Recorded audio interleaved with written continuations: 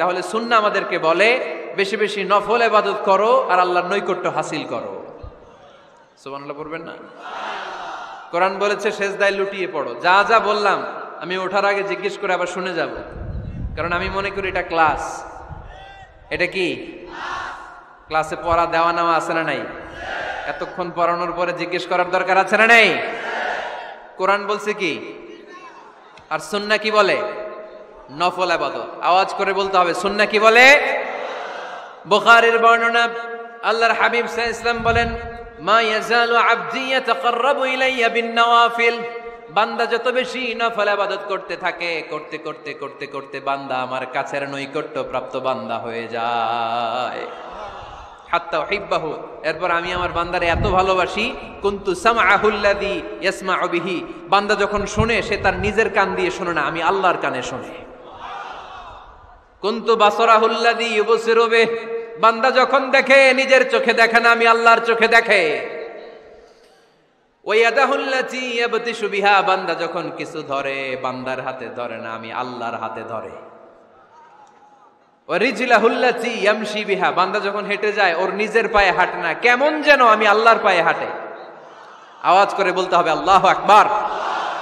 মানে আল্লাহ বুঝাতে চাইলেন আমি তখন তার কান হয়ে যাই, আমি তখন তার চোখ হয়ে যাই, আমি তখন তার হাত হয়ে যাই, আমি তখন তার পা হয়ে যাই। আমার আর তার মাঝে আর কোনো ফারাক থাকে না, সে আমার একেবারে নিকটে চলে আসে। আওয়াজ করে পড়েন সুবহানাল্লাহ।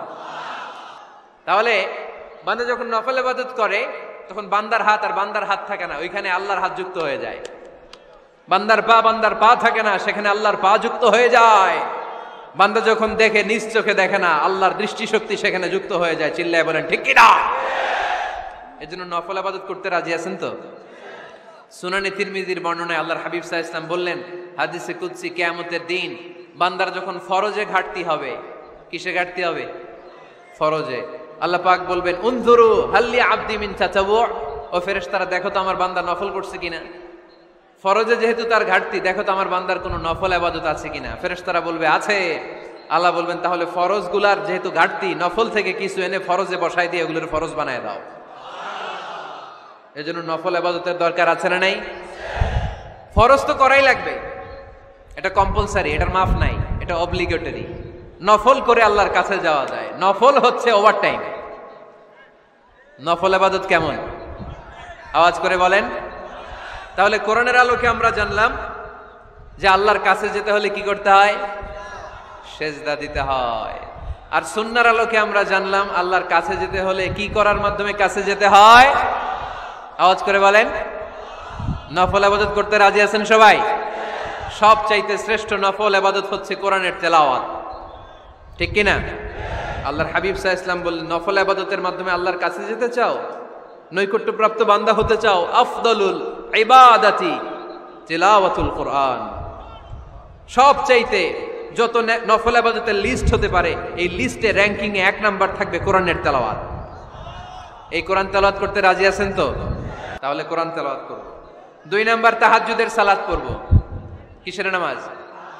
হুজুর ফজরই পড়তে পারি না। ফজরই যে ফজর পড়ে তার জন্যই না তাহাজ্জুদ, ঠিক কি না?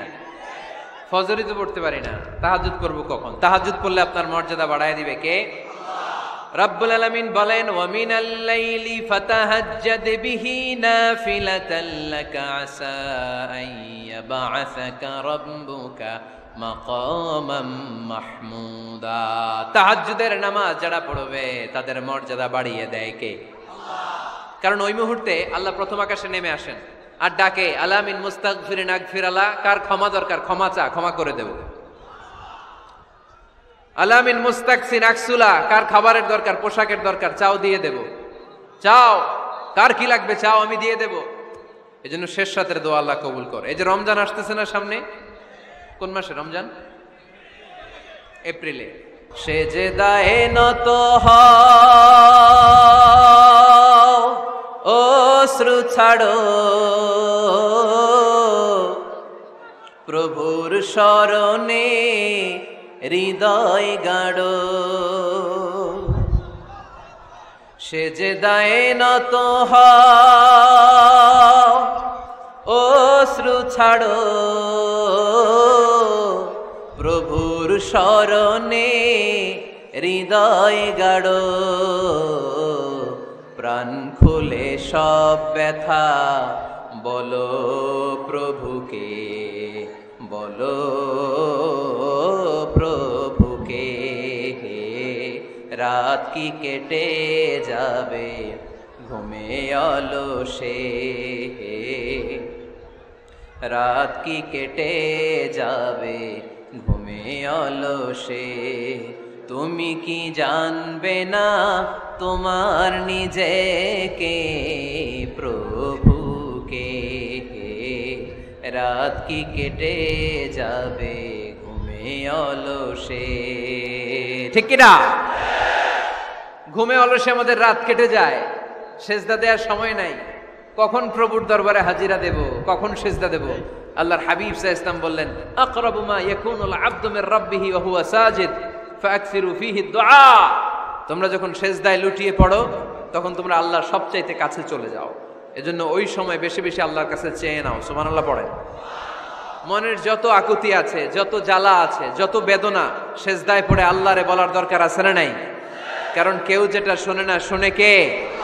পরীক্ষায় ভালো করতে চান, সেজদায় লুটিয়ে পড়ে আল্লাহরে বলেন। নেককার স্ত্রী চান, সেজদায় পড়ে আল্লাহরে বলেন। নেককার সন্তান চান, সেজদায় লুটিয়ে পড়ে আল্লাহরে বলেন। বিসিএস পরীক্ষায় টিকতে চান, সেজদায় লুটিয়ে পড়ে আল্লাহকে বলেন। পাসপোর্ট দিয়ে রেখেছেন, ভিসা হয় না, সেজদায় লুটিয়ে পড়ে আল্লাহরে বলেন। মনের যত জ্বালা, যত যন্ত্রণা, যত আকুতি, যত হাহাকার, সেজদায় লুটিয়ে পড়ে আল্লাহরে বলেন। কারণ আল্লাহর দরবার এমন দরবার, এই দরবার থেকে কেউ কোনোদিন খালি হাতে ফিরে না। চিল্লায় বলেন ঠিক কিনা? কেউ ফিরে না খালি হাতে আল্লাহরে তোর দরবারেতে, তাই না? পড়েন সবাই, কেউ ফিরে না। আকরাবু মা ইয়াকুনুল আবদু মির রাব্বিহি ওয়া হুয়া সাজিদ। বান্দা যখন সেজদায় লুটিয়ে পড়ে, বান্দা আল্লাহর সবচাইতে কাছে চলে যায়। এই কথাটা মনে থাকবে আপনাদের সবার। আমরা কখন আল্লাহর সবচেয়ে কাছে যাই? আওয়াজ করে বলেন। যখন আমরা সেজদায় পড়ে থাকি। আপাত দৃষ্টিতে মনে হয় সেজদাটা যখন দেই জায়নামাজের উপরে আমার কপালটা পড়ে, সেজদাটা যখন দেই মসজিদের টাইলসের উপরে আমার সেজদাটা পড়ে, সেজদাটা যখন দেই মনে হয় যে মসজিদের কাপড়ের উপর আমার কপালটা পড়ে। কিন্তু বিশ্বনবী বলেন না, তোমার কপালটা আল্লাহর কুদরতি পায়ের উপরে পড়ে। আকরাবু মা ইয়াকুনুল আবদু মির রাব্বিহি ওয়া হুয়া সাজিদ। বান্দা যখন সেজদায় লুটিয়ে পড়ে, বান্দা আল্লাহর সবচাইতে কাছে চলে যায়। তাহলে কোরআন আমাদেরকে জানালো, যদি আল্লাহর প্রিয় হতে চাও সেজদায় লুটিয়ে পড়ো। আল্লাহর প্রিয় হতে চাইলে কি করব? আওয়াজ করে বলেন কি করতে হবে? আল্লাহর হাবিব সাল্লাল্লাহু আলাইহি ওয়াসাল্লাম লম্বা সময় ধরে রাতে সেজদায় পড়ে থাকতেন। আল্লাহর হাবিব সাল্লাল্লাহু আলাইহি ওয়াসাল্লামের সাহাবারা সব সময় লম্বা লম্বা রুকু দিতেন, লম্বা লম্বা সেজদা দিতেন। কিন্তু আমরা রুকুর মধ্যে তাড়াহুড়ো করি, সেজদা দিতে যে তাড়াহুড়ো করি, এরকম আছে না নাই? নিমসার এলাকায় এরকম কেউ নাই আলহামদুলিল্লাহ। আপনারা তাড়াহুড়ো করেন? করবেন না আমার ভাইয়েরা। There is no rushing in সালাহ। সালাতে তাড়াহুড়ো নেই। There is no hastiness in সালাহ।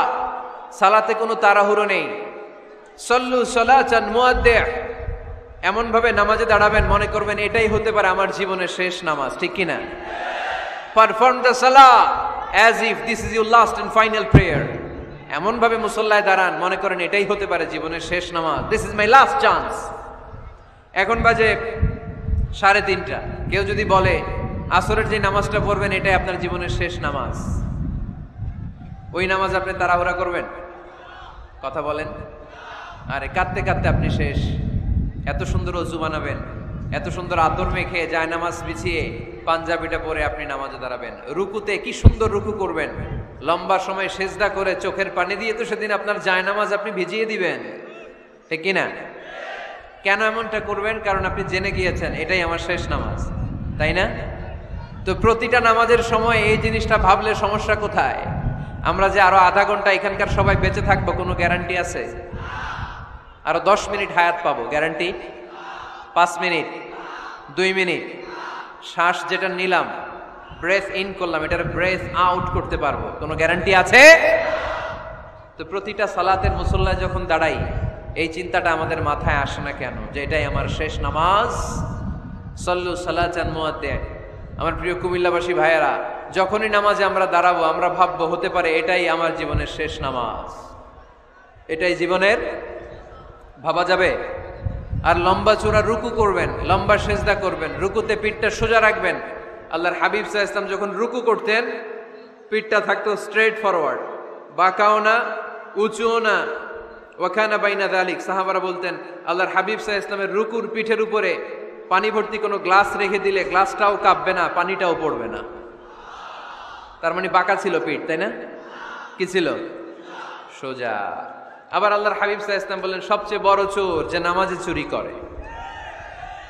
সাহাবারা বললেন কাইফা ইয়াসরিকু ফিস সালাহ, নামাজে কেমনে চুরি করে? আল্লাহর হাবিব সাল্লাল্লাহু আলাইহি ওয়াসাল্লাম বললেন ইয়াসরিকু ফি রুকুইহি ওয়া সুজুদিহি, রুকু সেজদায় চুরি করে। এরকম নামাজ চোর আছে না নাই? রুকু থেকে সোজা হয়ে দাঁড়িয়ে কয়েক সেকেন্ড আপনি রিল্যাক্স করবেন। প্রথম সেজদা দিয়ে আপনি সোজা হয়ে বসে কয়েক সেকেন্ড রিল্যাক্স করবেন। কি করবেন? রিল্যাক্স। আওয়াজ করে পড়েন সবাই, রিল্যাক্স। নামাজে তাড়াহুড়ো নাই, সালাত হচ্ছে মেডিটেশন, রিল্যাক্স।